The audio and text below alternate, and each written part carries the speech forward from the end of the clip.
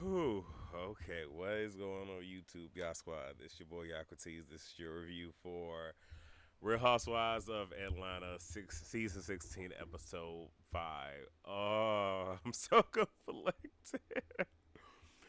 Okay, so we get Shamia and Angela. They talk about moving forward and new beginnings. Britt enters. Shamia wants to get to the bottom of Britt's outburst. Angela says that she got a lot of backlash from the actual venue because of everything that happened. Britt felt that she was cut off and being disrespected, and even Shamia kind of threw her that bone of being cut off. I saw you, Shamia. Angela claims that, she was the one that wrote that question. So I'm guessing it was the question of why can't you talk nicely to Britt? Britt doesn't want anyone to feel that she was trying to, intimidate or threaten Kenya. That's because production came to you before you went and shot that scene and told you that. And she's going to make a conscious effort to do better and walk it back. And you can see her throw her hand in her face and trying to cry, but before she did it, she smirked, which lets you know that all of that she planned to do all of that because she wanted a moment.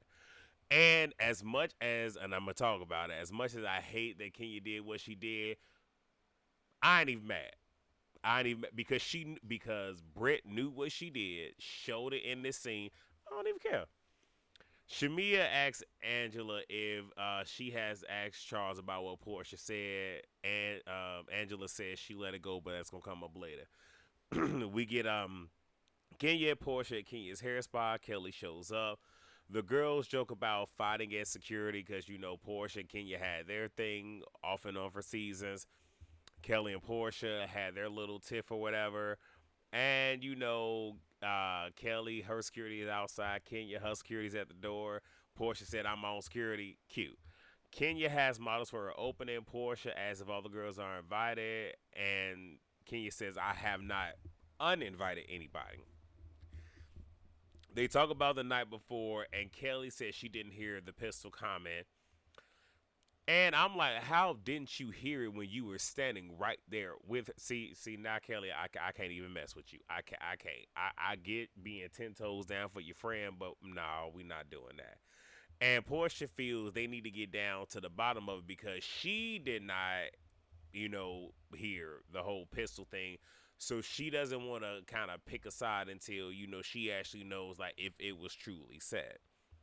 Kenya claims that she has a lot to lose with all this, but I'm saying like, but baby, you did what you did at the very end, so I don't think you really cared that much. Kenya speaks out about the display, and Kelly says like that isn't the person that that like she isn't that person. Like I've never seen that person. Kenya's like, okay, well you never seen that person, but again, we saw last night. um. But you had Kelly saying I never seen her act like that, and Kenya says, you know what, I'm gonna do my due diligence and run a background check. And I said there like, well, I think we know what came after that. So we get Angela and her daughter Amari. I'm conflicted with this scene because there's a lot was thrown in here. We got pieces from a previous scene, and it seems like there's a lot that we don't know, a lot that isn't being discussed. So I really can't say how I feel, but I do feel like they need their own spinoff because with all this drama right here, like I'm just saying, this is the makings of something. So we found out that Amari, her daughter, had lost her father due to being unalive, and and she claimed in the previous episode, the episode before that, that they're good friends. Okay, and she wants to know. So Amari wants to know why her grandma isn't there. For them to put their issues on the table. Angela says grandma says no, and we find out that she went to her grandma's to use the car that Angela got for them. They wanted money out of her, and then Angela's sister, Amari's aunt, called her a demon, cursed her out. She didn't expect that because she's helped them with bills. Again, there's a lot here, and it's a lot that we're not getting because obviously they cut a lot out. The house that her grandma lives in, Amari also lives in, and is paid for by Angela. But then her daughter, I guess, moved out after this incident happened. Amari feels that her mother shouldn't support them. And this is one of those sticky things. And I get it. Yeah, you want your mom to sit here and stand 10 toes down for you. Angela is pretty much saying that her mother has bipolar disorder, pretty much has healed herself. That ain't my business. And at first uses this as a reason to defend her mother, but then and to protect her, but then goes off and says that she's going to protect her baby.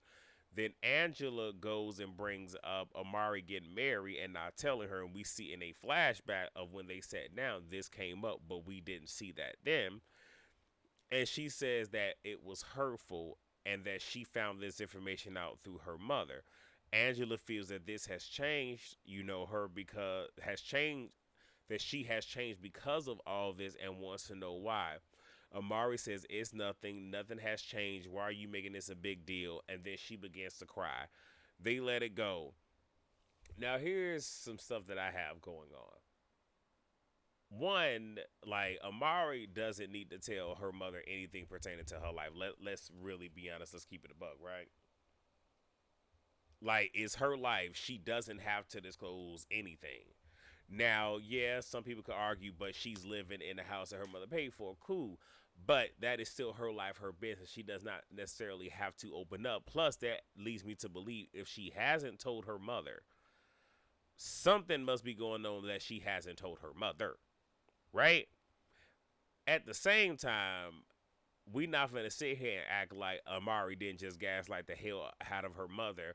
And it's the whole, and when I say that was damn near, if not perfect, Darvo, like, okay, I see you, whatever. Because I'm just trying to figure out why is Amari, why is Amari living with the grandmother and not with A, her mother, or B, her husband? Not my business. So we get Britt and Portia. They rehash the event. Portia was shocked that, Britt and Kenya had beef. Britt thought that they were cool, but feels that Kenya puts on fronts in front of the group. BS. Portia says that the group felt that Kenya was not being shady about the ring comment because that comes up. And, she felt that Britt met her with a preconceived notion, but didn't realize that you were meeting a different Kenya. Like, you're not meeting the Kenya that you thought that you were meeting. Makes sense. I'll give that to Portia. And then Portia brings up the gun of it all, and Britt tries to explain away the comment, but fesses up to bringing up that she had a pistol, and now she wants to apologize and says that she was wrong. Again, I appreciate that I admit that I'm wrong, but at the same exact time, I also see that again, production got in her ears, just like, you did a little bit too much. You need to walk it back, because I'm pretty sure they put her up to coming for Kenya. I believe that. You can't tell me anything otherwise. We get a small segment with Angela. She brings up the T comment, from Portia to her husband. Charles pretty much says that that Portia better stay in her lane, and that Angela needs to handle her. She brings up her issues with Alicia, her sister, and her mother, and says, that she will call them. He wants to know, why you bringing this up to me? Like, I don't get in family business, because he don't really mess with them like that.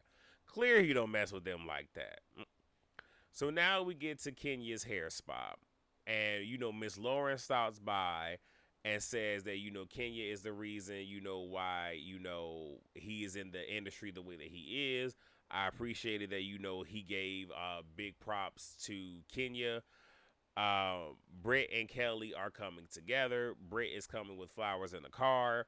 The models that are there are doing a hair battle contest, which is cute. Drew is late as usual. Cynthia gets the tea from Portia and Shamia about what happened at the vault. Britt and Kelly still haven't arrived. We find out that Britt's aunt had died, had a stroke, was on life support, and they pulled the plug. But again, there's a lot that isn't being said, and it's It's almost like, again, I'm not saying that nothing happened to her aunt, but it's almost like it's convenient that we're just getting this, and then the whole they pull the plug. Maybe I missed something. I didn't feel like rewinding it back. But who pulled the plug? Who made the decision? So many questions. Whatever. She says she's in a weird place. Kenya thanks Angela for reaching out to her after the dinner. She says that she's on her side when it comes to that.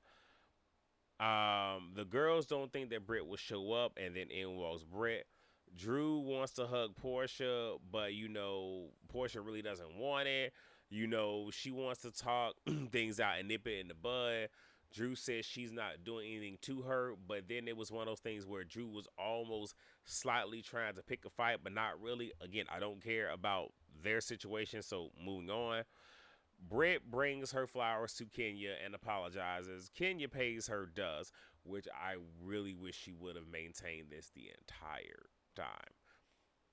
And she gets everybody's attention and, talks about, people trying to bring her down and being sick of it. At this point, Britt and Kelly go outside.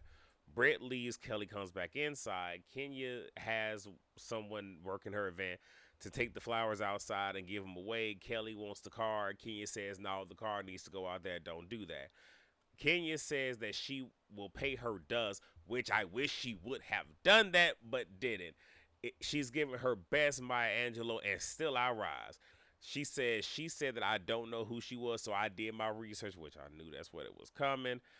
And she starts bringing out poster board after poster board after poster board. And this is one of those, like, if we're going to keep it a buck, production knew this was going to happen, because I'm more than sure production made these photocopies and had them there ready for this to go off without a hitch. Come on now, let's stop playing. And more than likely purposefully had it to where Kelly and Britt came as late as they did in the Sprinter. Again, all this being orchestrated, I don't think production knew that this was going to blow up the way that it blew up. So she shows it, and after the first poster board, because it didn't get graphic after that, Kelly leaves, some of the other girls leave. By the time they got to the third, you even had Shamia saying that's too far. Kenya says no, she threatened me with a you know what, it is not too far. Which, hey, you can't do wrong by me and tell me how far to go. They said that Kenya didn't take it to hell, she took it well past. The remaining girls leave. Cynthia tells her that she's bigger than that, and in a roundabout way was saying this wasn't the avenue in which to do this at. And that is the only thing that I would agree with, is that either she should have done this at a separate time or waited until everybody left and it was just the girls, because now the opening will always be synonymous with this. And it's going to be hard to, really take that away. Hopefully she has cleansed that place, and hopefully she's getting good business. So that's it. That's all.